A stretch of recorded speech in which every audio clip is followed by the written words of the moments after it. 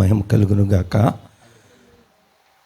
రాయపల్లిలో రక్షణ సువార్త సభలకు నన్ను ఆహ్వానించిన నా స్లమ్ కుటుంబానికి, ప్రత్యేకంగా వరప్రసాద్ అయ్య గారికి, సంఘానికి, నాగేంద్ర గారు అయ్యగారు మాత్రమే కాదు, వాళ్ళ బావగారు కూడా మంచి వాక్పటిమ ఉన్నవారు, మా మధ్యలో నన్ను ఆహ్వానించి అవకాశం ఇచ్చిన సభాధ్యక్షులు భూషణ్ మాస్టర్కి ప్రత్యేకమైన వందనాలు తెలియచేస్తుంటున్నాను.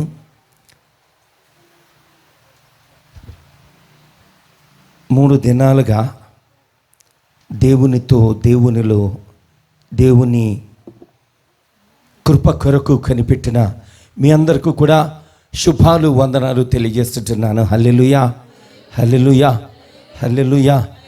ఒక్కసారి చదవబడిన మాటను ఇర్మియా గ్రంథము 26వ అధ్యాయము, ఇర్మియా గ్రంథం 26వ అధ్యాయము 5వ వచనం ఈ రీతిగా వ్రాయబడింది. మీరు నా మాటలు విని నేను మీకు నియమించిన ధర్మశాస్త్రమును అనుసరించి నడుచుకునుడనియు, నేను పెందల కడ లేచి పంపుచున్న నా సేవకులకు ప్రవక్తల మాటలను అంగీకరించుడనియు నేను మీకు ఆజ్ఞేయగా. తల వంచుదాము, ప్రార్థన చేసుకుందాము, ప్రభు యొక్క దయను కోరుదాము. ఈ దినం చివరి వర్తమానం, ఈ 3 దినాలకు చివరి వర్తమానం మనం వినబోతుంటున్నాము. మన గృహాలకు వెళ్ళబోతుంటున్నాము. ప్రవక్త అంతా ఉన్నారు, నా మాటలు విని నేను మీకు నియమించిన ధర్మశాస్త్రమును అనుసరించి నడుచుకునుడి అని. ఈ 3 దినాలు మారు మనసు కోసం వింటే ధర్మశాస్త్రాన్ని అనుసరిస్తావు. ఈ 3 దినాలు మారు మనసు అనేది ఈ ప్రాంతంలో ఉన్నటువంటి ప్రజలైన మనకు చాలా ప్రాధాన్యము అని వాక్యం చేస్తోంది. వినిన మనము ఆయన పాదాల దగ్గర, ఈ దినం ఆయన పాదాల దగ్గర ఉంటున్నటువంటి మనం ఆ మాటకు విధేయత చూపుతూ, ఆ మాటకు విధేయులమై ఆయన చిత్త ప్రకారంగా ఆయన దయ కొరకు మనము కనబడదాం. ఈ దినం ఆయన మనతో మాట్లాడడానికి, సూటిగా తేటగా మాట్లాడడానికి ఆయన సిద్ధంగా ఉన్నారు. కృపయే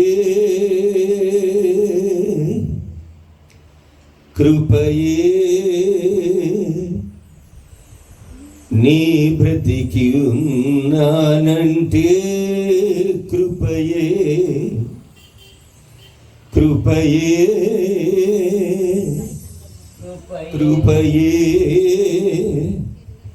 నేనీమై ఉన్నాను నీ కృపయే. అర్హత లేకున్నా ప్రేమించావు, ఇది కేవలం నీ కృపయే. యోగ్యత లేకున్నా హెచ్చించావు, ఇది కేవలం నీ కృపయే. నాతో కలిసి చెప్తారా?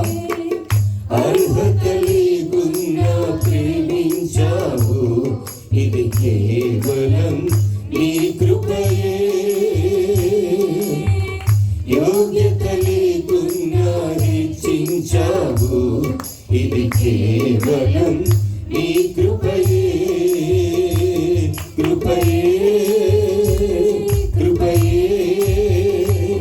నేనేమై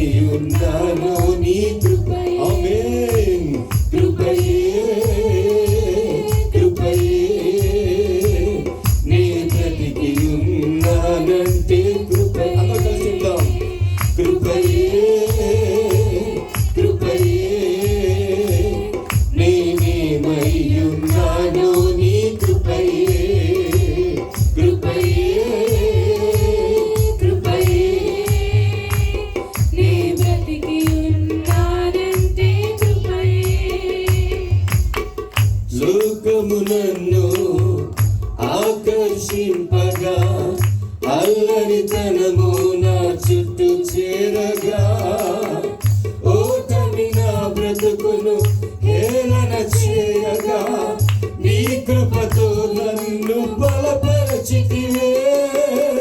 లోకము నన్ను ఆకర్షింపగా, అల్లరితనము నా చుట్టూ చేరగా, ఓటమి నా బ్రతుకును హేళన చేయగా, నీ కృపతో నన్ను బలపరచితివే. ఇంతగా నన్ను హెచ్చించుటకు ఏ పాటి వాడను యేసయ్యా. ఇంతగా నన్ను హెచ్చించుటకు ఏ పాటి వాడను యేసయ్యా.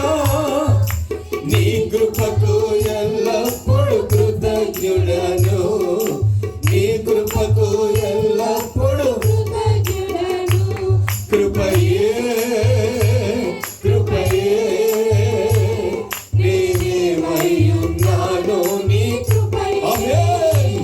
కృపయే కృపయే నే బ్రతికి ఉన్నానంటే కృపయే. మళ్ళా చెప్తాం. కృపయే కృపయే నేనేమై ఉన్నానో నీ కృపయే. కృపయే కృపయే నే బ్రతికి ఉన్నానంటే నీ కృపయే. దేవా మీకు స్తోత్రాలు, ప్రభా మీకు వందనాలు, తండ్రి మీకు స్తుతులు. మీ కృపే మమ్మల్ని బ్రతికిస్తా ఉంది, మీ కృపే మమ్మల్ని నడిపిస్తా ఉంది, మీ కృపే మమ్మల్ని పోషిస్తా ఉంది, మీ కృపే మమ్మల్ని ఆదరిస్తా ఉంది, మీ కృపే మమ్మల్ని ఆదుకుంటా ఉంది, మీ కృపే మమ్మల్ని హక్కును చేర్చుకుంటా ఉంది. మీ కృపే ఇది జీవితానికి జీవమైంది, జీవప్రదాత. మీకు వందనాలు. మీ జీవవాక్యం దగ్గరికి వచ్చాము, మీరే నాతో మాతో మాట్లాడండి. మీరే మమ్మలను మీ వాక్యములో స్థిరపరచండి, దృఢపరచండి, బలపరచండి, భద్రపరచండి, క్షేమం ఇవ్వండి, సౌఖ్యం ఇవ్వండి, సంతోషం ఇవ్వండి, సమాధానం ఇవ్వండి. దయతో కృపతో కరుణించి కనికరించి మీరు మాత్రమే మాతో మాట్లాడమని, మీ స్వరము మాత్రమే మాకు వినిపింపచేయమని. దగ్గర 3 దినాలుగా మీ మాటలు వింటా ఉన్నాం. చివరి మాటలు వినబోతుంటున్నాము. మీ స్వరము ఈ దినం వరకు ఎవరు వినలేదు, వారితో మీరు మాట్లాడమని, మీరు మాత్రమే మాట్లాడమని, మీ స్వరము మాత్రమే వినిపింపచేసి మీ శిలువ చెంతకు వారు నడిపించమని, నడిపిస్తారని, నడిపిస్తుంటున్నందుకు వందనాలు చెల్లిస్తూ యేసయ్య సర్వశక్తి కలిగిన శ్రేష్ఠ పరిశుద్ధ నామములో ప్రార్థిస్తున్నాము తండ్రి. దేవుని పిల్లలారా, చదవబడిన లేఖన భాగం ఇర్మియా గ్రంథంలో ప్రవక్త ఇర్మియా గారు ఆయన ఓ మంచి మాటలు అక్కడ ప్రజలు చెప్తుంటున్నారు. ఏమని? మీరు నా మాటలు విని నేను మీకు నియమించిన ధర్మశాస్త్రమును అనుసరించి నడుచుకుండనియు, నేను పెందలక్కడే లేచి పంపుచున్న నా సేవకులకు ప్రవక్తల మాటలను అంగీకరించుడనియు నేను మీకు ఆజ్ఞ ఇయ్యగా.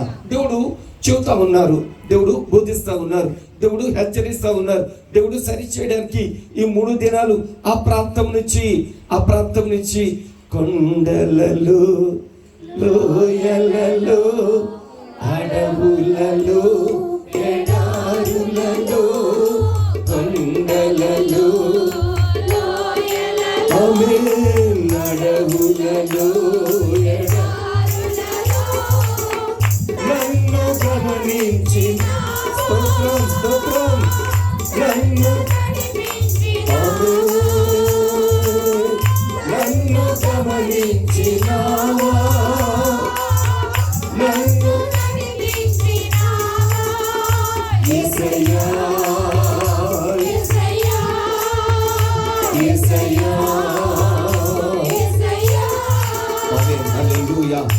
ఈ ప్రాంతానికి ప్రశాంతమైన ప్రాంతం అని, ఈ ప్రాంతానికి మనం తీసుకొచ్చి ఆయన మనతో మాట్లాడటానికి ఇష్టపడుతుంటున్నారు. సమయాన్ని వెచ్చించారు, సమయాన్ని మనకు సమకూర్చిన దేవునికి స్తుతి చెల్లిస్తూ ఆయన అంటా ఉన్నారు, నేను మీకు ఆజ్ఞ ఇయ్యగా చివరి మాట ఇది బాధాకరమైనటువంటి మాట. ఇది బాధాకరమైన మాట. ఇన్ని సంవత్సరాలు మనకు ఆయుష్ పొడిగించుకుంటూ వచ్చి, ఇన్ని సంవత్సరాలుగా మనల్ని కనికరపు కౌగిట్లో భద్రపరిచి, ఇన్ని కాలాలు క్షేమము, సౌఖ్యము, సంతోషము, సమాధానము, ఆరోగ్యము, ఆయుష్ పొడిగిస్తూ ప్రభు ఆయన మనతో మాట్లాడడానికి ఇష్టపడితే మనం ఎలా ఉన్నామట? వినట్లేదట. దేవుని పిల్లలారా, దేవుని ప్రజలారా, దేవునికి ఇష్టమైన దేవుని ఎంచుకోబడిన వారులారా, ఈరోజు ఆయన మాట వినడానికి ఇష్టమైతే ఆయన నీతోనే మాట్లాడడానికి ఆయన సిద్ధంగా ఉన్నారు. నీతోనే ప్రత్యేకంగా, స్పెషల్గా నీతోనే మాట్లాడడానికి ఆయన సిద్ధంగా ఉన్నారు. ఏం మాట్లాడడానికి ఆయన ఇష్టపడుతుంటున్నారు అంటే 2వ వచనం దగ్గరికి వద్దాం. ఇర్మియా గ్రంథం 26వ అధ్యాయము 2వ వచనం. యెహోవా ఆజ్ఞ ఇచ్చినది ఏమనగా నీవు యెహోవా మందిరావరణంలో నిలిచి నేను నీకు ఆజ్ఞాపించు మాటలన్నిటినీ యెహోవా మందిరములో ఆరాధించుటకై వచ్చు యూదా పట్టణస్థులందరికీ ప్రకటింపుము. వాటిలో ఒక్క మాట కూడా మిస్ అవ్వకూడదట, విడవకూడదట. దేవుని పిల్లరా, ఆలోచించండి. బయటతో మాట్లాడలేదు దేవుడు, మందిరావరణములో ఉన్న వారితో మాత్రమే మాట్లాడడానికి ఇష్టపడుతున్నారు. ఈ ప్రాంగణంలో ఉన్న వారికి సౌండ్ ఎక్కడ కనబడుతుందో అంతవరకు నేను మాట్లాడడానికి కాదు వచ్చింది, మీతో మాట్లాడడానికి వచ్చాను అంటా ఉన్నారు ప్రభుల వారు. నేను ఇక్కడికి వచ్చే వరకు కూడా నేను మందిరంలో నిలుస్తాననేది నాకు తెలియదు, కానీ ప్రభు ఎందుకునో నాకు ఈ భాగాన్ని నాకు మీద భారంగా పెట్టారు. సో మందిరంలో నిలిచి దేవుని వాక్కు ప్రత్యక్షమై ఇలాగూ సెలవిస్తా ఉంది. యెహోవా ఆజ్ఞ ఇచ్చినది ఏమనగా నీవు యెహోవా మందిరావరణంలో నుంచి నేను నీకు ఆజ్ఞాపించు మాటలన్నిటినీ యెహోవా మందిరావరణంలో ఆరాధించుటకై వచ్చు యూదా ప్రజలకు, యూదా పట్టణస్థులకిట. దేవుని పిల్లరా, మందిరంలో ఆరాధించడానికి వచ్చేవారు ఎందుకు వస్తారు అంటే కనుక ఆయన ప్రసన్నత కోసం వస్తారు, ఆయన మాట కోసం వస్తారు. ఎవరు వచ్చారు అంటా ఉన్నారు అంటే కనుక యూదా పట్టణస్థులు. యూదా అంటే స్తుతి. సో స్తుతించు వారితో దేవుని వాక్యం అంటా ఉంది అంటే కనుక నా మాట వినండి అంటా ఉంది. అంటే స్తుతించడానికి వస్తున్నారు, ప్రార్థించడానికి వస్తున్నారు, కానీ ఆయన మాట వినడానికి రావట్లేదుట. మందిరానికి వస్తున్నాం కానీ మందిరంలో కూర్చుంటున్నాం, కానీ ఈ మందిరానికి వస్తున్న సేవకుల మాటలు కానీ వస్తున్న సేవకుల మాటలు కానీ ప్రవక్తల మాటలు కానీ వినకపోతిరి అని 5వ వచనం చెబుతా ఉంది. అంటే గొప్ప దావెసాలు వచ్చి మనకు వాక్యం చెబుతున్నా కానీ ఆయన వస్తున్నారట అంతవరకునే, చప్పలు కొడుతుంటున్నాం, ఆహ్వానిస్తుంటున్నాం అంతవరకునే. మనం వచ్చాము, ఫుడ్ కమిటీ వారు ఫుడ్ ప్రిపేర్ చేస్తూ ఉన్నారు, వాక్యం చెప్పేవాళ్ళు వాక్యం ప్రిపేర్ చేస్తుంటున్నారు, తింటున్నాం, వింటున్నాం అనుకుంటున్నాం, కానీ వినట్లేదు అని వాక్యం తెలియజేస్తున్నటువంటి మాట. ఈరోజు వినుటకు నీకు ఇష్టమైతే గనక దేవుని వాక్కు తెలియజేస్తున్నటువంటి మాట, యేసు క్రీస్తు ప్రభువు వారు తెలియజేస్తున్నటువంటి మాట. లూకా శుభవార్తలను కద్దాం 14వ అధ్యాయము, లూకా శుభవార్త 14వ అధ్యాయము 25వ వచనం నుంచి మనం చూడగలిగితే, బహుజన సమూహములు ఆయనతో కూడా వెళ్ళుచున్నప్పుడు ఆయన వారి తట్టు తిరిగి, ఒక్క నిమిషం ఆగుదాం, ఇలా జనం వస్తుంటున్నారు, ప్రభులు వారు ఇలా నడుస్తుంటే వేలాది జనం ఆయనను వెంబడిస్తుంటున్నారు. సడన్ గా ఆయన ఆగి వెనక్కి తిరిగి ఈ డైలాగ్ చెబుతుంటున్నారు. ఏమంటున్నారు ఆయన? ఎవడైనను నా యొద్దకు వచ్చి తన తండ్రిని, తల్లిని, భార్యను, పిల్లలను, అన్నదమ్ములను, అక్క చెల్లెలను, తన ప్రాణమును సహా ద్వేషింపకుంటే, ఈరోజు ఇక్కడికి వచ్చినటువంటి మనం దేవునికి ఏమి ఇవ్వడానికి సిద్ధంగా ఉన్నాం? ఏమి ఇవ్వడానికి? అక్కడ చాలా లిస్ట్ చెప్పారు కదా, చాలా చెప్పారు ఆయన.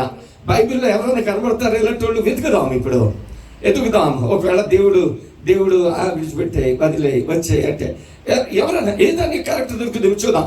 ఇదేనా అన్న ఆయన ప్రజలతో జనసమూహంతో ఆయన మాట్లాడుతున్నటువంటి మాట ఏంటి అంటే, నన్ను వెంబడించాలి అంటే తండ్రిని, తల్లిని, భార్యను, పిల్లలను, అన్నదమ్ములను, అక్క చెల్లెండ్రను చివరకు చివరకు చివరకు చివరకు ఎస్ ఈరోజు మనం ఏమి సమర్పిస్తుంటున్నాం ప్రభువుకు? ఏమి ఇస్తుంటున్నాం?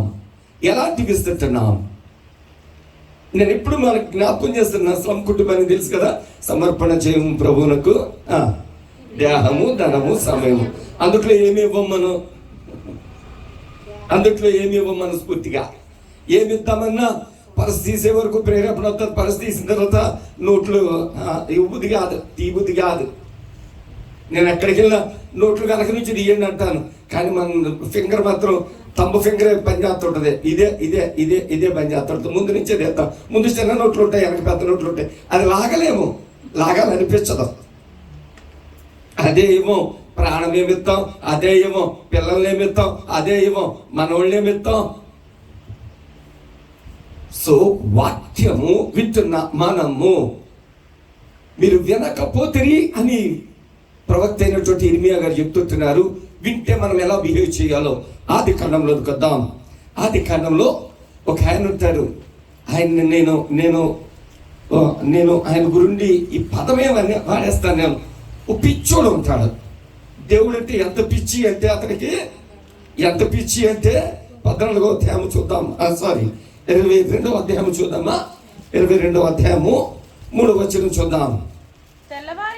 తెల్లవారినప్పుడు అబ్రహాము లేచి తన గాడిదకు గంత కట్టి తన పనివారిలో ఇద్దరిని తన కుమారుడు ఇస్సాకును వెంటబెట్టుకొని దహన బలి కొరకు కట్టెలు చీల్చి లేచి దేవుడు తనతో చెప్పిన చోటుకు వెళ్ళాను. దేవుని పిల్లరా, మనకి ఎప్పుడు నుంచో చదువుకుంటున్నాం, తెలిసిన స్టోరీనే, తెలిసిన విషయమే.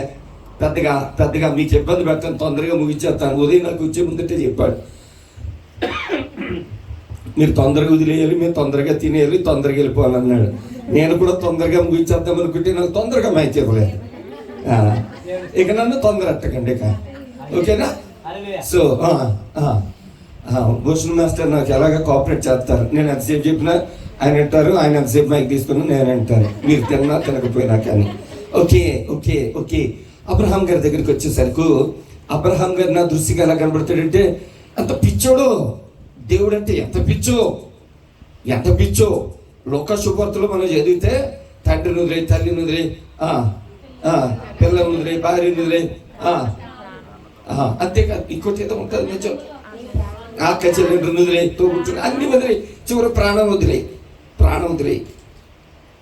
చెప్పడం బాగుంటుంది, సులువుగానే ఉంటుంది. మేము చాలాసార్లు ఎవరైనా చనిపోయిన దగ్గరికి వెళ్ళి అంటాం, అమ్మ ధైర్యం ఉండాలమ్మా, మా ఇంట్లో ఏదైనా జరిగితే నాకు తెలుస్తుంది మ్యాటరు. చెప్పడం ఎంత బాగుంటుందో. ఈ మాటలు చొప్పున ఒకరినొకడు ఆదరించుకోండి, ఎంత బాగుంటుందో.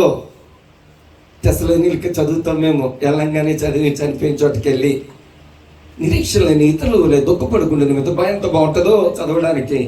ఆచరించేసరికి, అనుసరించేసరికి, అంగీకరించేసరికి, ఫేస్ చేసేసరికి ఫేస్ రీడింగ్స్ మారిపోతాయి ఎవరికైనా. అబ్రహాం గారి దగ్గరికి ఇదే సిచ్యువేషన్ వచ్చింది. సిచ్యువేషన్ వచ్చిన తర్వాత చూద్దాం ఒకసారి. 22వ అధ్యాయం 1వ వచనం దగ్గరికి వద్దాం. ఆ సంగతులు జరిగిన తరువాత దేవుడు అబ్రహామును పరిశోధించెను. దేవుని పిల్లారా, ఆయన ఏదో శోధించలేదు, పరిశోధించాడు. ఆయన పరిశోధించడం అంటే స్త్రీలకు బాగా తెలుస్తాడు. మీకు పరిశోధించడం అంటే సరిగ్గా అన్ని సరిపోయలేదని చేతులు వేసుకుని ఏమంటారు కదా, అది పరిశోధించడం. పరీక్షించడం అంటే శాంతం తుడిచేయడం. ఓకేనా? అర్థమైందా? సింపుల్గానే. సో అబ్రహాం గారి దగ్గరికి వచ్చి ఒక చిన్న టెస్ట్ పెట్టారు. అబ్రహాం గారి కోసం కాదు సుమా, అబ్రహాం గారి కోసం కాదు, ఇది మన కోసం పెట్టినటువంటిది. ఏం చేస్తున్నారు ఆయన?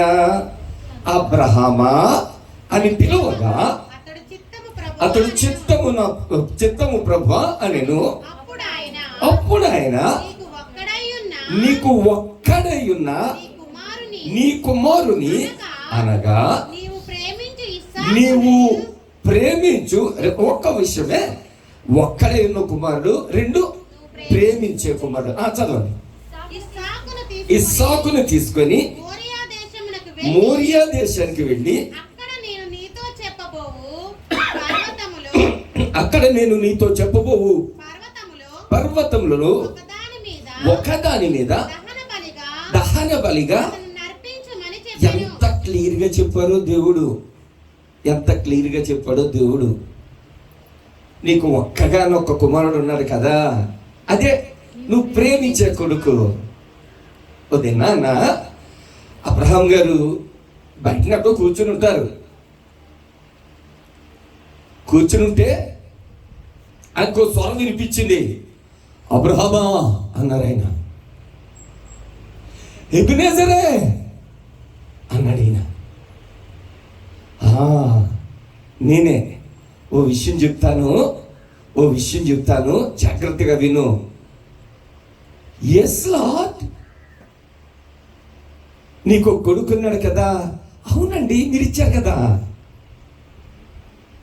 నీ ఒక్కగానొక్క కొడుకు. అవునండి, నాకు గుర్తున్నాడు. నువ్వు ప్రేమించే కొడుకు తెలుసండి, ఇస్సాకండి. అతన్ని తీసుకొని మోరియా దేశానికి వచ్చి నేను పర్వతం చూపిస్తానే, అక్కడికి తీసుకొచ్చి అలా చెప్తా ఉంటే ఎంత ఆ దేవుడు మాట్లాడుతూ ఉంటే ఎంత ఆతృతగా ఉంటుందో. నెక్స్ట్ ఏంటి తీసుకొచ్చి ఆ పర్వతం మీదకి వెళ్ళి తీసుకెళ్ళి ఆ పర్వతం మీద నా కొరకు, మీ కొరకు, నీ కుమారుడైన ఇస్సాకును, పేరుందా అక్కడ? ఉందా? నీవు ప్రేమించు. తీసుకొని దేశానికి వచ్చి అక్కడ నేను చూపించబోయే పర్వతం మీద అతనిని దహన బలిగా అర్పించు. దహన బలి అంటే బలిచ్చే అంటే కొంచెం సులువు ఉంటుందేమో కానీ దహన బలి అంటే నరికేయాలి, కాల్చేయాలి. ఆలోచించండి. ఇప్పుడు ఓ దినాన్ని అదే దేవాతి దేవుడు అబ్రహాం గారు ఊరు అనే ప్రాంతంలో ఉంటే, హారాన్లో ఉన్నప్పుడు ఆయన దర్శించి అబ్రహ్మా అన్నారు. ఎబినేజరే అన్నాడు ఈయన. నేనే. నువ్వేం చేస్తావంటే, ఏం చేయనండి, నువ్వు నీ వాళ్ళందరినీ వదిలి, నీ జనాంగమును వదిలి, సమస్తాన్ని విడిచి నేను చూపించబోయే దేశం, నేను చూపించబోయే పర్వతాన్ని దగ్గరికి. ఎప్పుడు కూడా ప్రాపర్ అడ్రస్ ఇవ్వలేదు ప్రభుల వారు ఈయనకి. నేను వచ్చే ముందట గురువారం సాయంత్రం ఫోన్ చేసి ఉదయ్ చెప్పారు, ఊరి పేరు విషయాలన్నీ చెప్పారు. నిన్న ఫోన్ చేశాను, ఈరోజు ఫోన్ చేశాను. అయినా ఉదయం మాటల మీద నమ్మకం లేక గూగుల్ మ్యాప్ పెట్టుకుని చూసుకుంటా వచ్చాం. పోనీ అనుకున్నాం, అడ్రస్ తెలుసు కాబట్టి మ్యాప్ పెట్టుకున్నాను, లేకపోతే ఉదయం మాటల మీద బేసే కావాలి. ఒకవేళ అనుకున్నాం రాయపల్లండి అని చెప్పేశాడు ఉదయ్, స్తోత్రం. ఆయనకి పాపం అడ్రస్ తెలవదు, ఎప్పుడు చెప్పలేదు ఆయన. వచ్చేయంటే వచ్చేయడమే.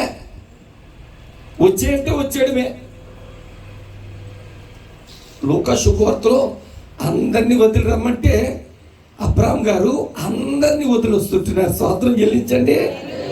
సకలమైన కంఫర్ట్స్ కూడా వదులుకొని ఈ రోజు ఇక్కడ కూర్చున్న భూషణ్ మాస్టర్కి ఏసీ లేకపోతే ఉండలేడు ఈయన.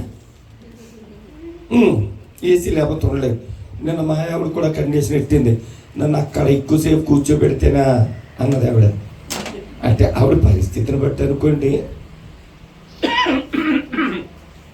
ఎక్కువ చెప్పిన వాక్యం దేవుడు ఎంతసేపు చెప్పమంటే ఎంతసేపు చెప్తా అన్నాను. మైక్ ఇచ్చాక నా ఇష్టమే. సో నేను అంటున్నాను మనము దేవుని మందిరం దగ్గరికి వచ్చేటప్పుడు అడ్రస్ కావాలి, ఫెసిలిటీస్ కావాలి. టెంట్లో కూర్చోబెడితే నేనైతే సావధానంగా చెప్పలేను, మందిరంలో కూర్చున్నాను కాబట్టి వాళ్ళు ఎలాగైతే నాకేటన్నాడు చెప్తున్నాను. సో నేను అంటాను మన ఫెసిలిటీస్ కావాలి, అడ్రస్ కావాలి. కానీ ఆ అబ్రాహాం అన్న అతను ఉన్నాడే, అతనికేమీ వద్దు. ఆయన వదిలేమంటే ఆస్తి వదిలేశాడు, ఆయన వదిలేమంటే వ్యాపారం వదిలేశాడు, ఆయన వదిలేమంటే కుటుంబాన్ని వదిలేశాడు, ఆయన వదిలేమంటే బంధువులు వదిలేశాడు, ఆయన వదిలేమంటే దేశాన్ని వదిలేశాడు, ఆయన వదిలేమంటే ఇంటిని వదిలేశాడు. ఎక్కడికి వచ్చామంటావు? నేను చూపించబోయే దేశానికి. ఎక్కడ, ఎవరు, ఏ ప్రాంతం, ఎలా ఉంటుంది నథింగ్. ఏమవుతుంది? ఆయన నడిపిస్తాడు నా దేవుడు అన్నట్టు బయలుదేరేసాడు అంతే. ఆయన నడిపిస్తాడు నా దేవుడు అన్నట్లుగా. లోక శుభవార్తలు జనం చాలా మంది కనబడుతున్నారు, కానీ ప్రభువును వెంబడించిన వారు ఎందరు ఉన్నారు? దేవా నీ కొరకు నేను సావడానికి సిద్ధంగా ఉన్నాను అన్నాడు ఒక ఆయన ముందు రోజు రాత్రి. తెల్లారితే పరార్, అడ్రస్ లేదు. ఈరోజు మనం కూడా అలాగే చెప్తాం. ఇందాక నాగేంద్ర గారు చెయ్యి ఎత్తమంటుంటే ఎత్తిదేమంటాడు, ఎత్తకపోతే ఏమంటాడు, ఎందుకు వచ్చి ఎత్తకుండా మనం కూర్చుంటే మేము అందరం చెట్టుపడ్డట్టు కదా అని కూర్చున్నాం. మనం దేవుని స్తోత్రం తెలివి నువ్వు మన గుంపుతో కలిసి బస్సు ఎక్కేసినట్లు ఉంటుంది. సో అబ్రహాం గారి క్యారెక్టర్ అట్లా కనబడట్లా, చాలా క్లారిటీగా కనబడుతుంది.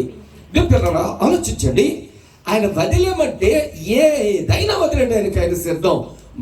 మనం ఈరోజు వాక్యం ఏంటన్నా, మనం వదలమంటే ₹1,000 వదలం. దేవుడు చెబితే, దేవుడు చెప్పినా వదలం. సో అది ఆయన పూర్వపు క్యారెక్టర్ అయితే, ఆ సంగతులు జరిగిన తర్వాత దేవుడు అబ్రహామును పరిశుద్ధిస్తూ ఆయన 22వ అధ్యాయంలోకి వచ్చినప్పుడు, నీకు ఒక్కడై ఉన్న నీ కుమారుని అనగా నీవు ప్రేమించు ఇస్సాకును తీసుకొని మోరియా దేశములకు వెళ్ళి అక్కడ నేను నీతో చెప్పబో పర్వతములలో ఒక దాని మీద దహన బలిగా అర్పించమని చెప్పాను.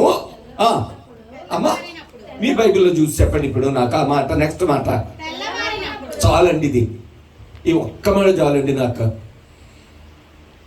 ఇప్పుడు ఆయన ప్లేస్లో నేను ఉంటే ఆయన ఇప్పుడు చెప్పలేదు కదా, కొంచెం టైం తీసుకుందాం. ఒకవేళ ఆయన మారుతారేమో, మారు మనసు వచ్చిద్దేమో, మారుద్దేమో ఆయన ఆలోచన ఏమైనా. ఇర్మియా గ్రంథం 26వ అధ్యాయంలో మొదటి వచనం చదవండి ఒకసారి. యెషయా కుమారుడును యూదా రాజునకు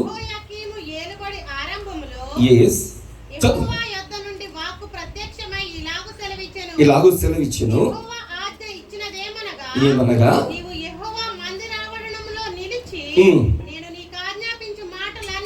అన్నిటినీ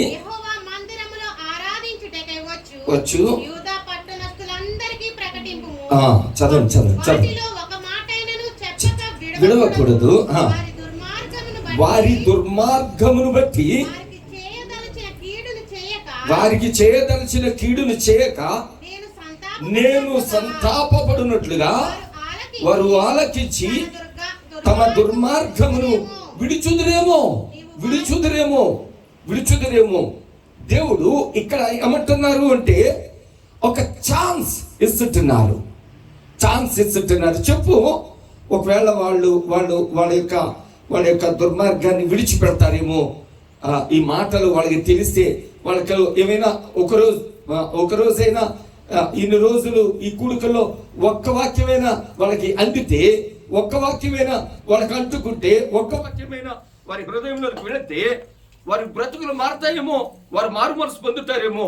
ఈ తలపుతో దేవుడు ఇర్మియా గారి దగ్గర మాట్లాడుతూ ఉంటే అబ్రహాం గారు ఛాన్స్ తీసుకోవడానికి ఇష్టపడట్లేదు.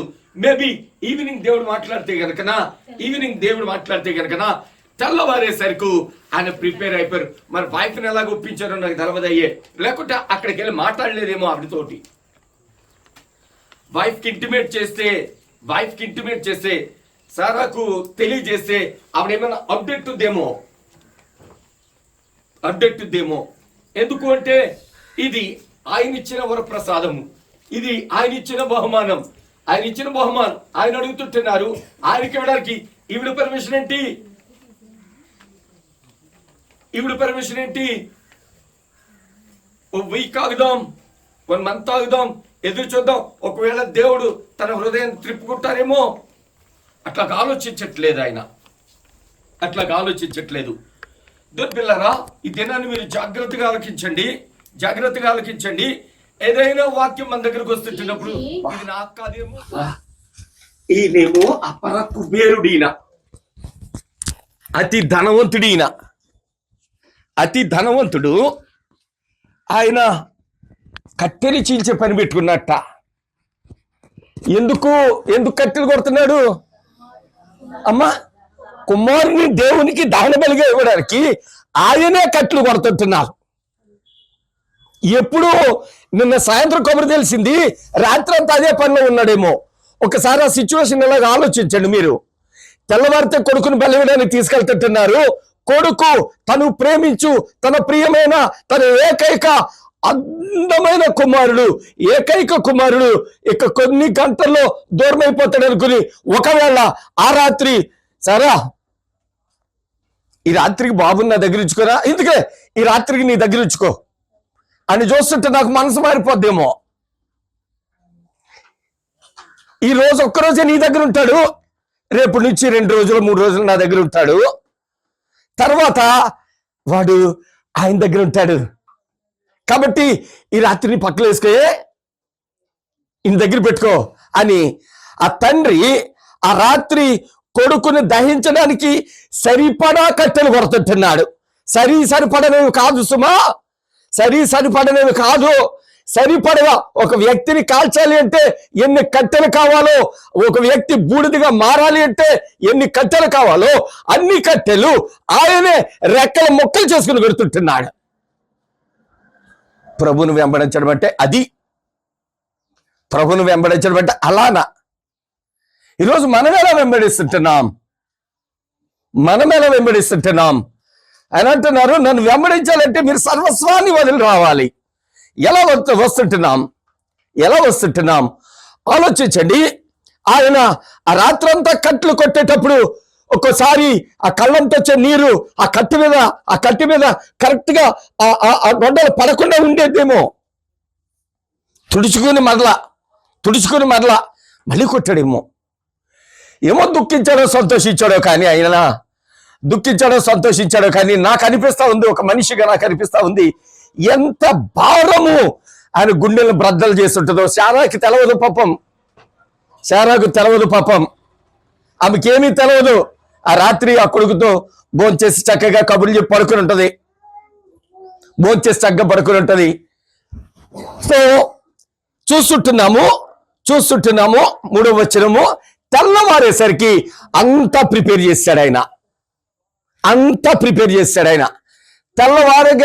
తెల్లవారకుండానే కట్టెలు రెడీగా ఉన్నాయి.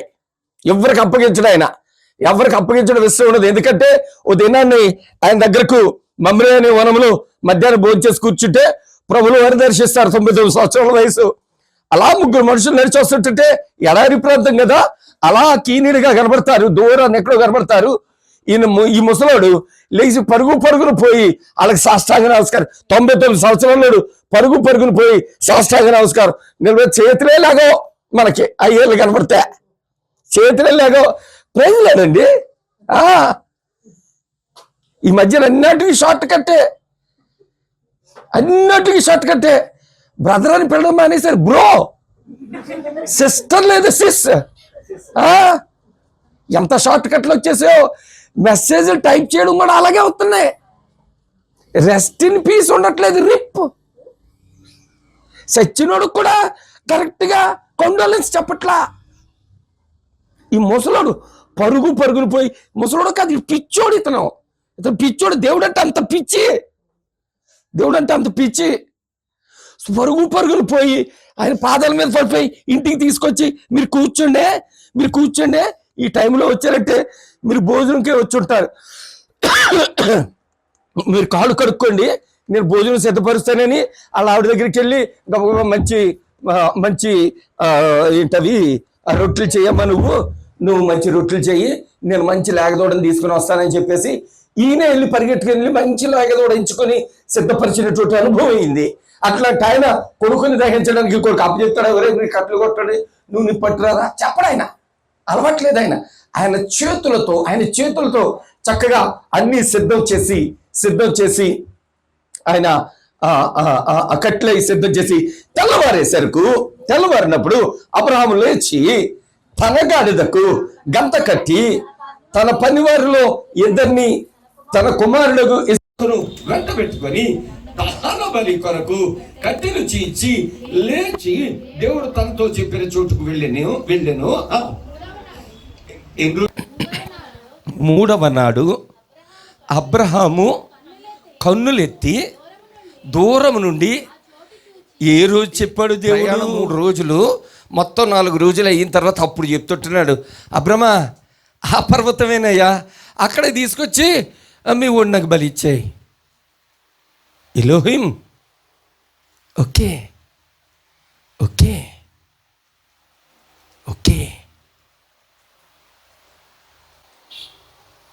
3వ దినాన్ని 3 రోజులు ప్రయాణంలో అబ్రహాం గారి స్థితి ఎలా ఉండుంటుందో కదా, అబ్రహాం గారి పరిస్థితి ఎలా ఉండుంటుందో కదా.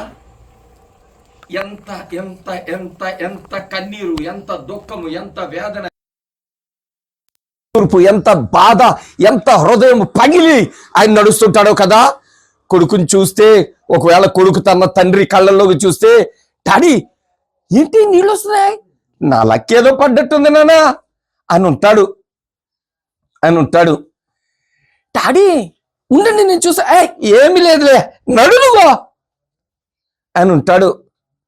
ఆ 3 రోజులు తన కన్నీటిని, తన బాధను కూడా గుండె చాటున దాచుకొని బరువెక్కిన గుండెతో ప్రయాణం కొనసాగించుకుంటా వచ్చాడు ఆయన. 3వ రోజు వచ్చేసింది. ప్లేస్ కనబడతా ఉంది. సిచ్యువేషన్ చూద్దాం ఒకసారి. 3వ నాడు అబ్రహాము కన్నులెత్తి దూరం నుండి ఆ చోటుని చూచి తన పనివారిలో, మీరు గాడిదతో ఎక్కడనే ఉండి నేనును ఈ చిన్నవాడును అక్కడకు వెళ్ళి దేవునికి మ్రొక్కి మరలా మీ వద్దకు వచ్చేదమని చెప్పి దహన బలికి కట్టెలు తీసుకొని తన కుమారుడు ఇస్సాకు మీద పెట్టి తన చేతితో నిప్పును కత్తిని పట్టుకొని పోయెను. వారిద్దరూ కూడి వెళ్ళిచుండగా ఒకసారి ఆలోచించండి. ఇప్పుడు వరకు మన దృష్టిలో ఇస్సాకుని బలి ఇవ్వడానికి వెళ్తుంటున్నారు కదా, ఏదో చిన్న పిల్లోడ్లే అనుకుని ఉంటే గనక అనుకోమాకండి. ఇస్సాకు పిల్లోడేం కాదు, చిన్న పిల్లోడేం కాదు. ఇస్సాకు ఒక మనిషిని కాల్చుటకు సరిపడా కట్టెలు మోయుటకు బలము కలిగిన వ్యక్తి ఇస్సాకు. అతడిని కాల్చుటకై కట్టెలు అతనే మోసుకెళ్తుంటున్నాడు.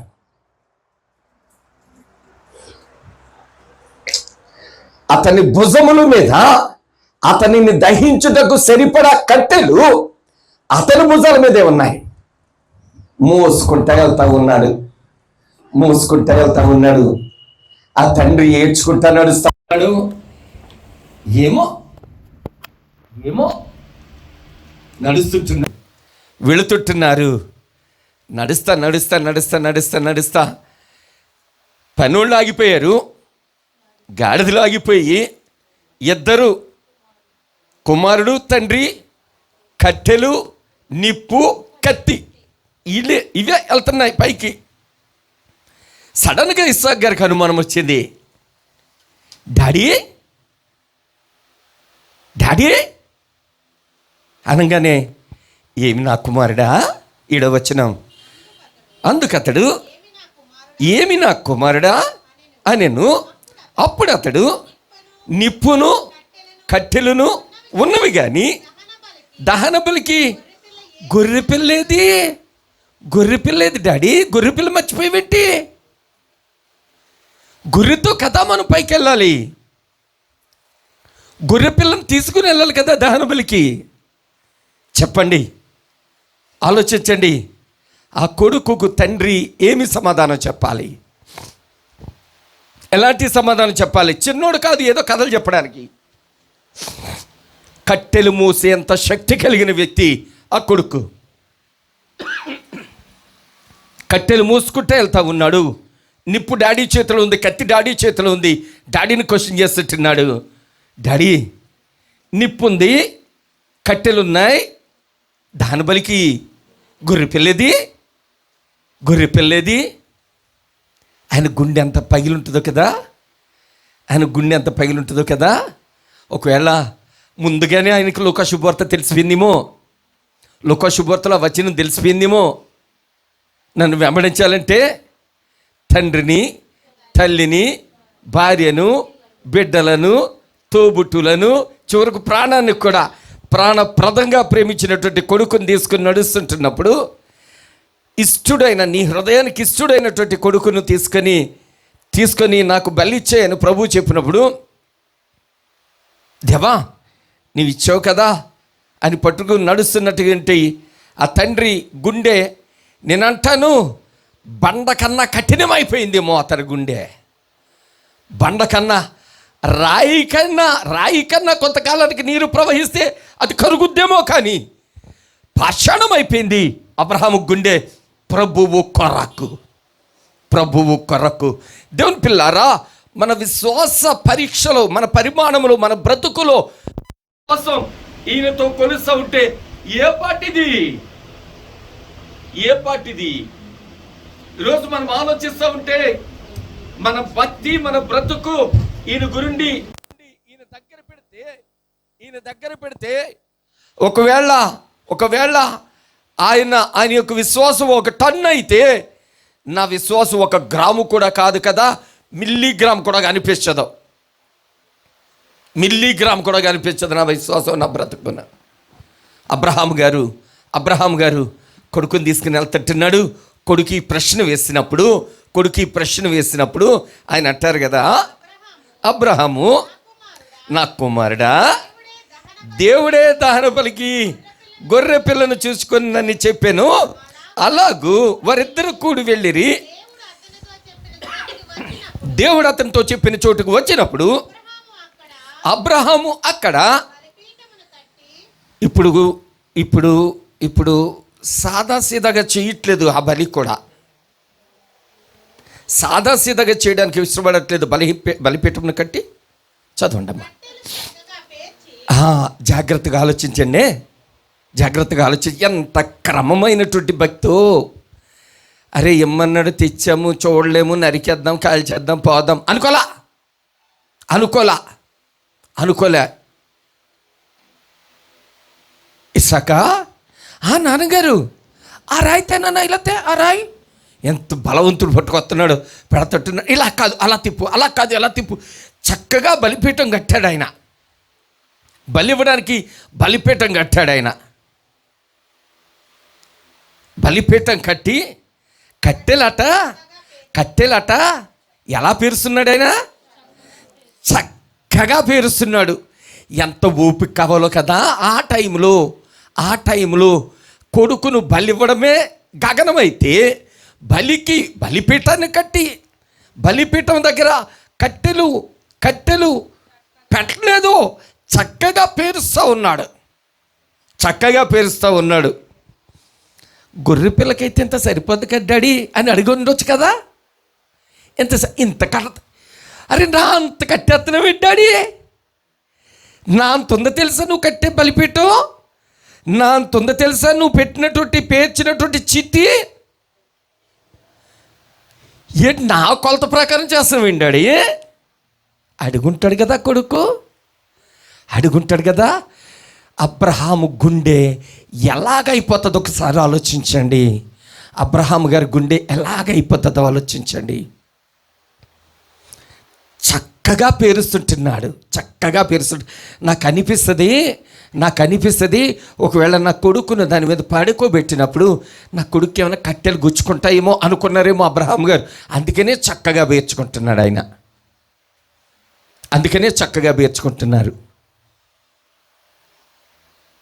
అమ్మ, ఎనీ ప్రాబ్లం లేదా? వచ్చారా? లోనికి వచ్చేస్తారా? అయ్యగారు లోనికి వచ్చేయండి. జైరాజ్ అయ్యగారు లోనికి వచ్చేసిండి. అయ్యగారు ఓకే. చక్కగా చాలా క్రమంగా చాలా చక్కగా పేర్చారు. అంతవరకు సిచ్యువేషన్ బాగుంది, అంతవరకు సిచ్యువేషన్ బాగుంది, నాకు కూడా నచ్చింది అంతవరకు జరిగినటువంటి సందర్భం. నెక్స్ట్ వర్స్ దగ్గరికి వద్దాం. తన కుమారుడగు ఇస్సాకును ఆలోచించండి.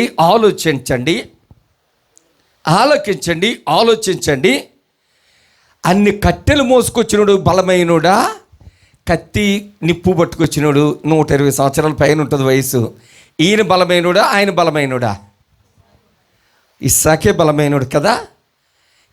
ఎవరిని బంధించగలరు?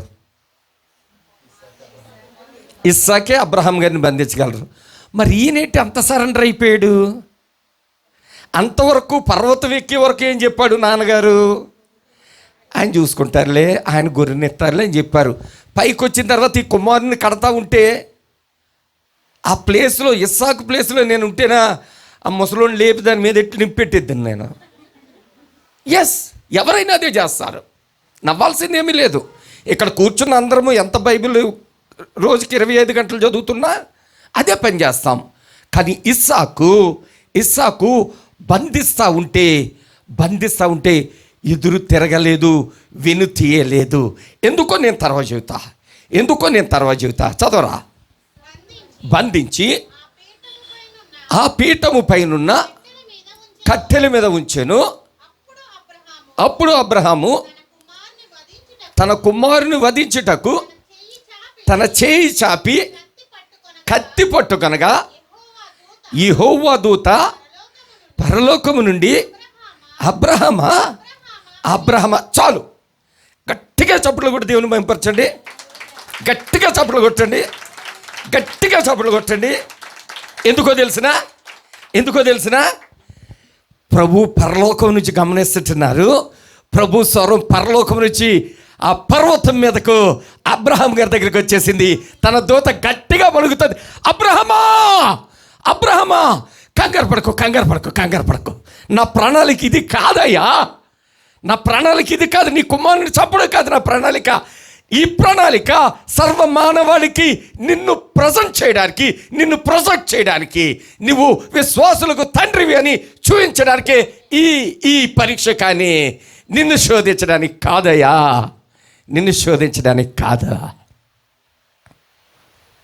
ఒకటో వచనంలో మనం చదువుతూ ఉంటే అబ్రహాము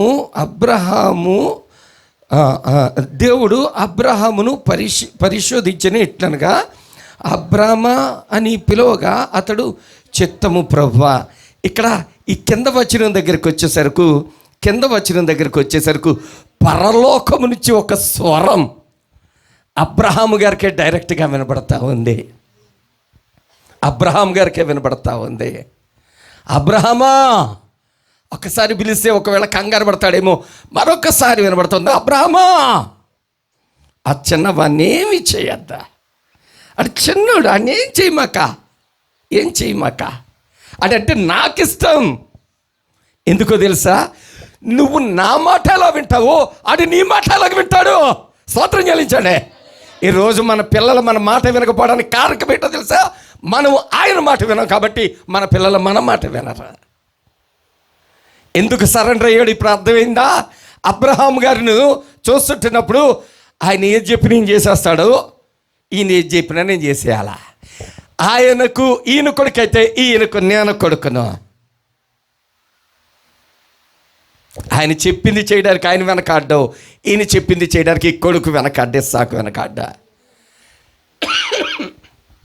సిచ్యువేషన్ నేను ఎలా చెబుతా, కట్టెలు చక్కగా పేర్చిన తర్వాత తాడు తీసుకొచ్చి నాన్న కాళ్ళు 2 దగ్గరికి పెట్టు అని ఉంటారు అబ్రాం గారు. ఎందుకు డాడీ అంటారు ఇస్సాక్ గారు. అరే నిన్నే బలివ్వమన్నారా దేవుడు. అవునా, ఆ ముక్క నాకు ముందు చెప్పొచ్చు కదా. ఒకవేళ ఇక్కడ కట్టాను అనుకుంటున్నాను, దాని మీద వేయడం కష్టం అవుతుంది, నేను పడుకున్నా కట్టండి డాడే. బా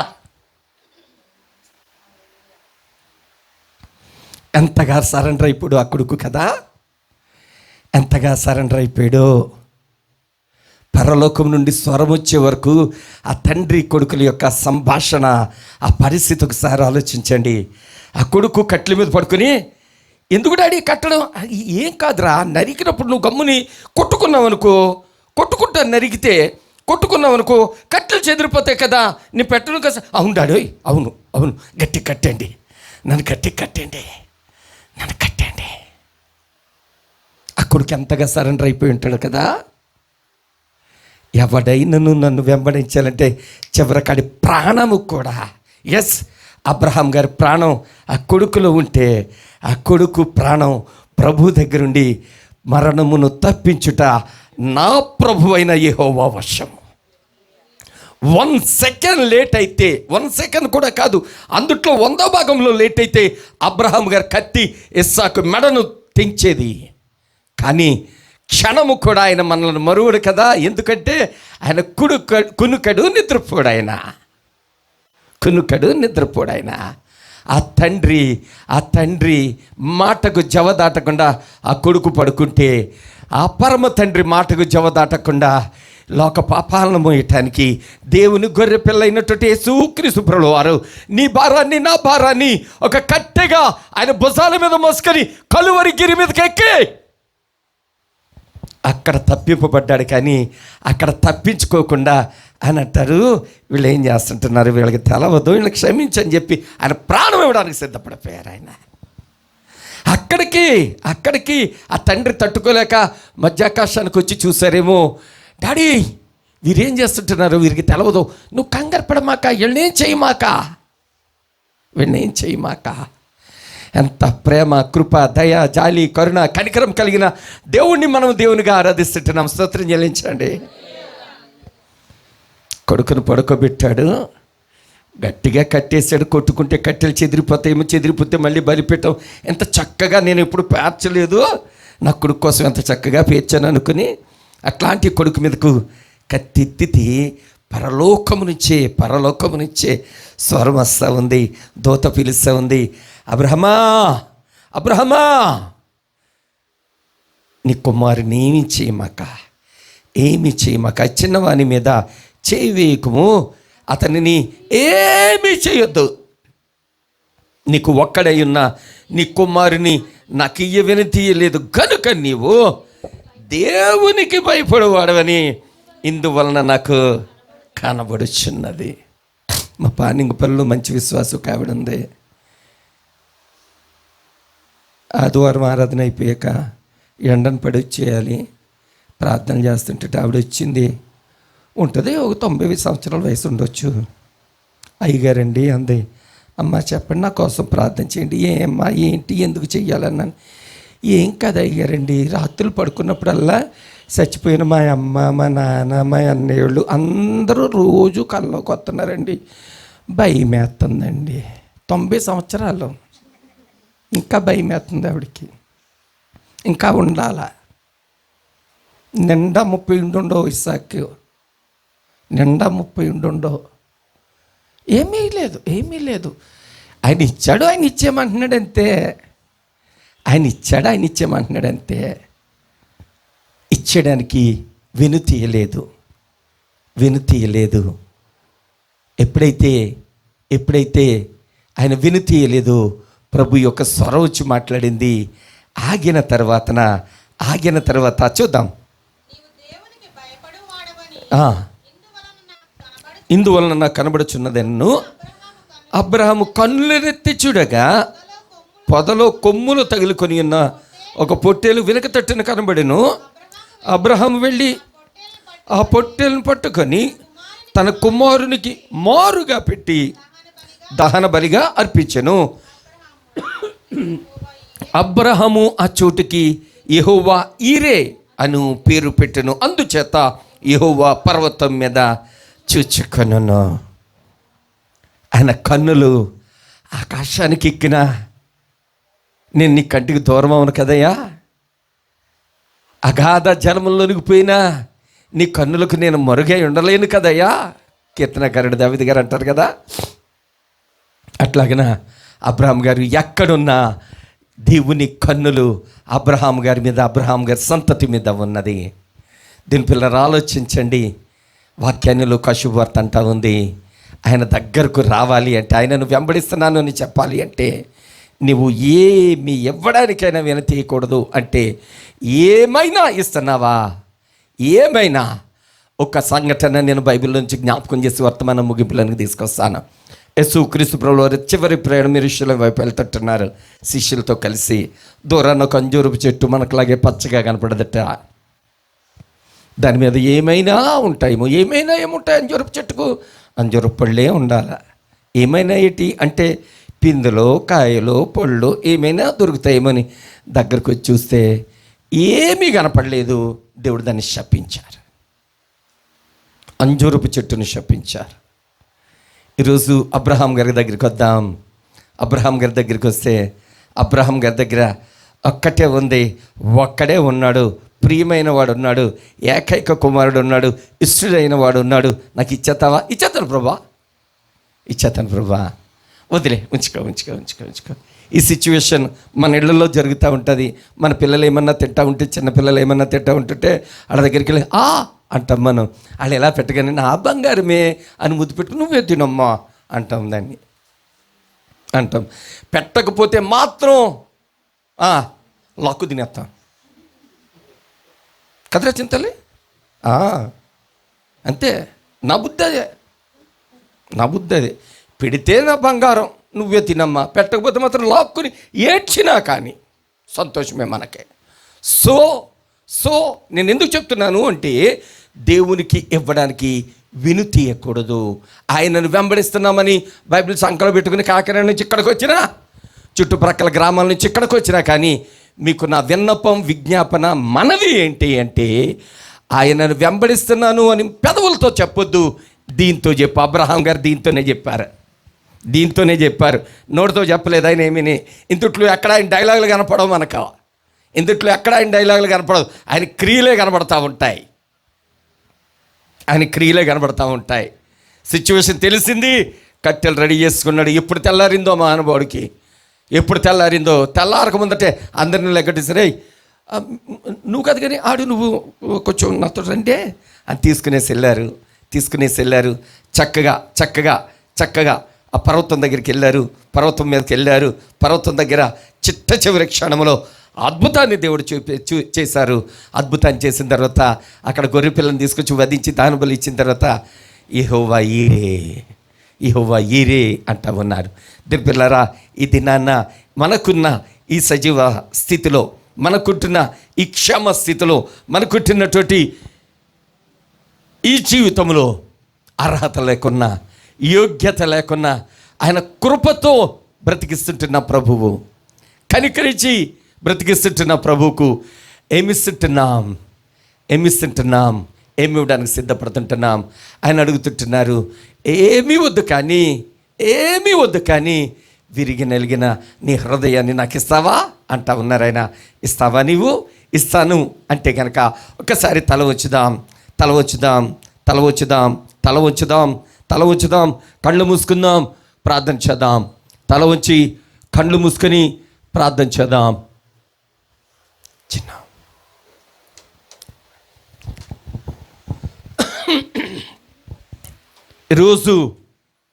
ఈరోజు చివరి వర్తమానం విని ఇంటికి వెళ్ళబోతుంటున్నావు.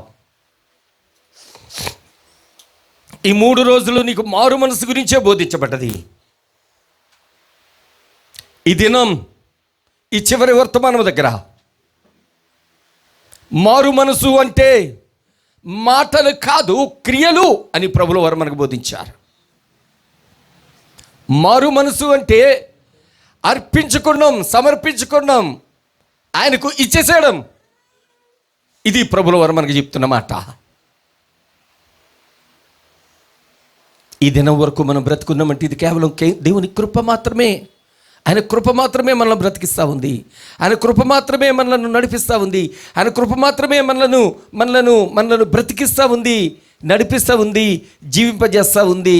ఈ లోకంలో అనేకులు బలవంతులు, ధనవంతులు, అందమైన వారు, వివిధ రకాలైనటువంటి చక్కని తలాంతులు కలవారు, చక్కని హోదా కలిగిన వారు ఎందరో నశించిపోయినా ఇంకా ప్రభుని ఎడల కృప చూపించారు. ఆ కృప నీకు దూరం అవ్వక ముందట ఆయన చేతికి అబ్రహాం గారు ఎలా ఒదిగిపోయాడో ఆయన చేతిలో అలా ఒదిగిపోవడానికి నీవు ఇష్టపడు. ఆయన చేతిలో నిన్ను నువ్వు పరిపూర్ణంగా అర్పించుకో, అప్పగించుకో. నిశ్చిత్తమని శ్రమలు శోధనలు నన్నావరింపగా అజ్ఞానము హీనమవ్వగా మరణపు కూరలు నా చుట్టూ చేరగా నీ కృపతో నన్ను బ్రతికించితివే. శ్రమలు శోధనలు నన్నావరింపగా అజ్ఞానము హీనమవ్వగా మరణపు కోరలు నా చుట్టూ చేరగా నీ కృపతో నన్ను బ్రతికించితివే. ఇంతగా నన్ను ప్రేమించుటకు ఏ పాటి వాడను యేసయ్యా. ఇంతగా నన్ను ప్రేమించుటకు ఏ పాటి వాడను యేసయ్యా. నీ కృపకు ఎల్లప్పుడు కృతజ్ఞుడను, నీ కృపకు ఎల్లప్పుడు కృతజ్ఞుడను. కృపయే నేనేమై ఉన్నానో నీ కృపయే. ఆమేన్. కృపయే నే బ్రతికి ఉన్నానంటే కృప. అంత లేచి నిలబడదాం. కృపయే నేనేమై ఉన్నానో నీ కృప. లేచి నిలబడదాం. కృపయే నే బ్రతికి ఉన్నానంటే కృపయే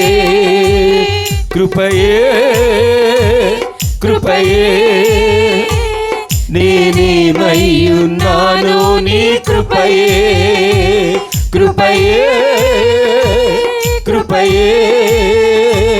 నే బ్రతికి ఉన్నానంటే కృపయే నేనేమై ఉన్నానో నీ కృపయే. అందరూ చెప్తామా? కృపయే నీ బ్రతికి ఉన్నానంటే కృపయే.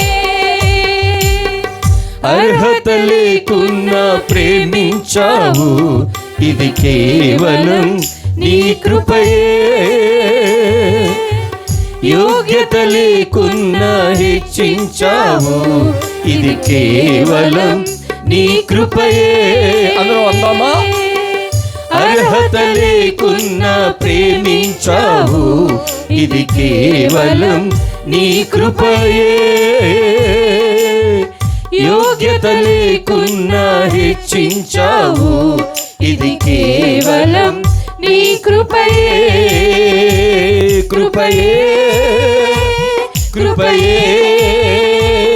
నేనేమై ఉన్నానో నీ కృపయే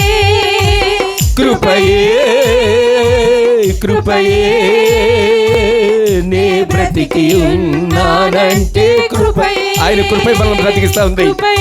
ఈ రోజు వరకు మనం బ్రతుకున్నామంటే, ఈ రోజు వరకు మనము జీవిస్తున్నామంటే, ఈ రోజు వరకు మనం ఈ స్థితి అనుభవిస్తున్నామంటే, ఈ రోజు వరకు మనం ఈ లోకంలో సంచరిస్తున్నామంటే, ఈ రోజుకి మనం ఆయుష్ కలిగి ఉన్నాము అంటే, ఈ రోజు వరకు ఆరోగ్యంతో ఉన్నాము అంటే, ఈ రోజు వరకు సంచరించగలుగుతున్నామంటే, ఈ ఆరాధనలో పాల్గొన్నామంటే కేవలం ఆయన కృప మాత్రమే ఆయన కృప మాత్రమే మనల్ని బ్రతికించి నడిపిస్తా ఉంది.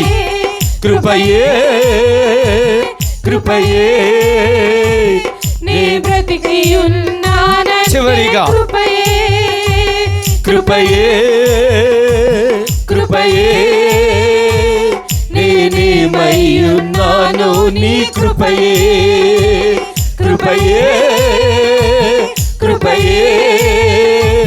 నే బ్రతికి ఉన్నానంటే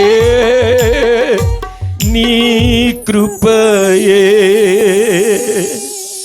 దేవా మీకు స్తోత్రాలు. ప్రభా మీకు వందనాలు. అబ్రహాము గారిని మా ముందట నిలిపి ఓ ఛాలెంజ్గా పెట్టారు. అయ్యా, ఆయన భక్తిలో కానీ, ఆయన బ్రతుకులో కానీ, ఆయన విశ్వాసంలో కానీ మేము మీ పాదధూళి కాదయ్యా, అబ్రహాం గారి పాదధూళి కూడా సరిపోని బ్రతుకులయ్యా మావి. మీ కృప మాత్రమే మమ్మలను బ్రతికింపచేస్తూ ఉంది. మీ కృప మాత్రమే మాకు ఈ 26వ సంవత్సరంలో మరొక అవకాశం ఈ రాయపల్లిలో ఇచ్చింది. దేవా, మీ కృపే, మీ కృపే, మీ కృపే, మీ కృపే, మీ కృపే, మీ కృప మాత్రమే, మీ కృప మాత్రమే. యోగ్యులము కాదు, అర్హులము కాదు, దుర్మార్గులము, దౌర్భాగ్యులమని ఇర్మియా ప్రవక్త హెచ్చరిస్తూ ఉన్నారు. అయ్యా, మిమ్మల్ని వెంబడించాలంటే మేము విడవాల్సినవి చాలా ఉన్నాయి, కానీ వేటిని విడవకుండా, వేటిని వదలకుండా మా పాపాన్ని, మా శాపాన్ని మేము మా భుజాలు మోసుకొస్తున్నాం. మా చూపు పాపంతో ఉంది, మా చెవులు పాపంతో ఉన్నాయి, మా నోరు పాపంతో ఉంది, మా నడక, మా పడక, మా చేష్టలు, మా ప్రవర్తన, మా క్రియ సర్వస్వం పాపముతో నిండిపోయింది. ఈ పాప పంకిల బ్రతుకుతూ మేము మిమ్మల్ని వెంబడిస్తున్నాం అనుకుంటూ ఏటో పోతుంటున్నాం. ఈరోజు మీ కృప, మీ వాక్యము దగ్గర మమ్మల్ని నిలబెట్టి సరిచేస్తూ ఉంది, హెచ్చరిస్తూ ఉంది, సరిదిద్దుతూ ఉంది, బ్రతుకు మార్చుకోమని బోధిస్తూ ఉంది. వినమని చెబుతా ఉన్నారు ఇర్మియా గారు. విన్నాము మీ మందిరంలో ఉండి, వినినవి భద్రం చేసుకొని బ్రతుకు భాగ్యము మాకు అనుగ్రహించమని. ఎంతో ప్రయాస, నా కుటుంబం, నా స్లమ్ కుటుంబం ఎంతో ప్రయాస, ఎంతో కష్టార్జితాన్ని మా అభిషక్తులు మంచి విజన్తో, మంచి ఆలోచనతో, నేను నా ఇంటి వారు అన్నట్లుగా కుటుంబం అంతటిని, స్లమ్ కుటుంబం అంతటిని ఈ మారుమూల ప్రాంతానికి తీసుకొచ్చి 3 రోజులు మీతో అనుభవం, మీలో అనుబంధం, మీ పాదాల దగ్గర ధన్యమైన స్థితి కొరకు మా అభిషక్తులు ప్రభా, అబ్రహాము గారు చేసిన పరిచర్య, కుమారుని తీసుకొచ్చి మీ దగ్గరకు బలి ఇవ్వడానికైతే మా అభిషక్తులు అనేకులను తీసుకొచ్చి మీ పాదాల చెంతన విడుస్తుంటున్నారు. మీ చిత్తం నాన్న తీసుకొస్తుంటున్నానని వారిని ఎక్కడో బలపరచండి. వారి ఆరోగ్య విషయంలో, కుటుంబం విషయంలో, చిన్న కుటుంబం విషయంలో, చింతలి భవిష్యత్తు విషయంలో, వారి కుటుంబానికి అంటుకట్టబడినటువంటి మస్లము కుటుంబము, ఒక్కొక్కరి కుటుంబము, వారి జీవితాలు, వారి కుటుంబాలు, వారి బిడ్డలు సమస్తాన్ని మీ చేతులకు అప్పగిస్తుంటున్నాం. ఈ మారుమూల ప్రాంత పరిచర్యల కొరకు ఎత్తిరాజుల గారు ఓ మంచి విజన్తో, మంచి ప్రణాళికతో మమ్మల్ని నడిపిస్తూ ఉన్నారు. దీని కొరకు ఉదయ్ ఎంతో శ్రమ, ఎంతో ఆలోచన, ఎంతో ఒక్కరు అని మేము చెప్పట్లేదయ్యా, మస్లం కుటుంబం అంతా ఇక్కడ ఉంటున్న దైవజనులతో కలిసి ఈ మంచి పరిచర్య చేయడానికి మా మంచి యేసయ్య మాకు ఇచ్చిన ఈ మంచి అవకాశంకై మీకు స్తోత్రాలు, వందనాలు, స్తుతులు చెల్లిస్తూ మంచి విస్తారమైన వాక్యం మాకు ఇచ్చారు. భద్రపరచుకొని వాక్య ప్రకారము మమ్మల్ని జీవింపచేయమని, వాక్యంలో మమ్మల్ని స్థిరపరచమని, వాక్యము ప్రకారముగా మేము ఈ లోకంలో మీ మహిమార్థమై బ్రతుకు భాగ్యం అనుగ్రహిస్తున్నందుకు వందనాలు చెల్లిస్తూ చంటి బిడ్డ మొదలుకొని వృద్ధుల వరకు మీ కృపా కనికరపు క్షమములతో నింపి బలపరిచి నడిపించమని యేసయ్య సర్వశక్తి కలిగిన అతి శ్రేష్ఠ పరిశుద్ధ నామములో ప్రార్థిస్తున్నాము తండ్రి. ఆమేన్.